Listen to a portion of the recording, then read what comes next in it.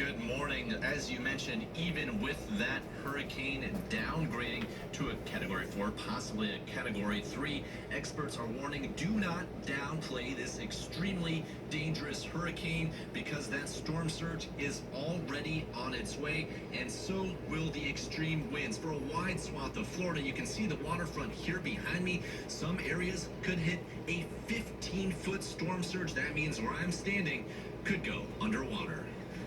We've got a big one coming. Hurricane Milton is barreling towards the west coast of Florida.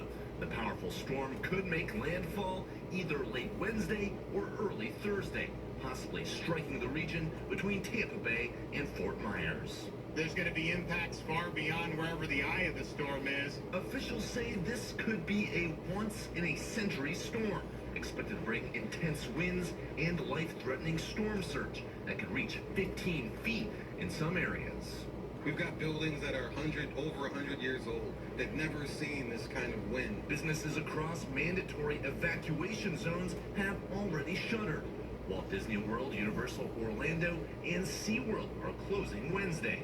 Long lines of traffic are now the theme on highways and outside gas stations as people continue to flee, but pumps are running dry.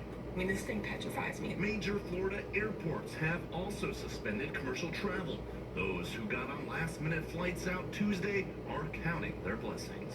I'm lucky that I got on this flight. And just 2 weeks after Hurricane Helene caused widespread destruction, there's a rush to clear debris left over from that storm to prevent it from flying. And around 6 million people who live along Florida's Gulf Coast have been ordered to evacuate, officials hoping they would have left yesterday. Jen, Melvin. Connor, what have you been experiencing in terms of the way people are preparing? I know that they're boarding up their homes. They've likely, hopefully, evacuated in those zones. And then the gas lines, too. I know of a number of gas stations, I think 1,000 gas stations have completely run out.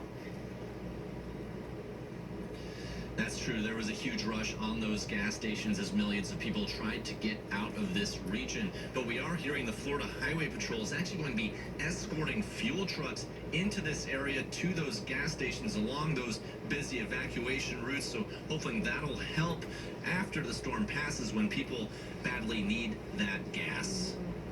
All right, Connor.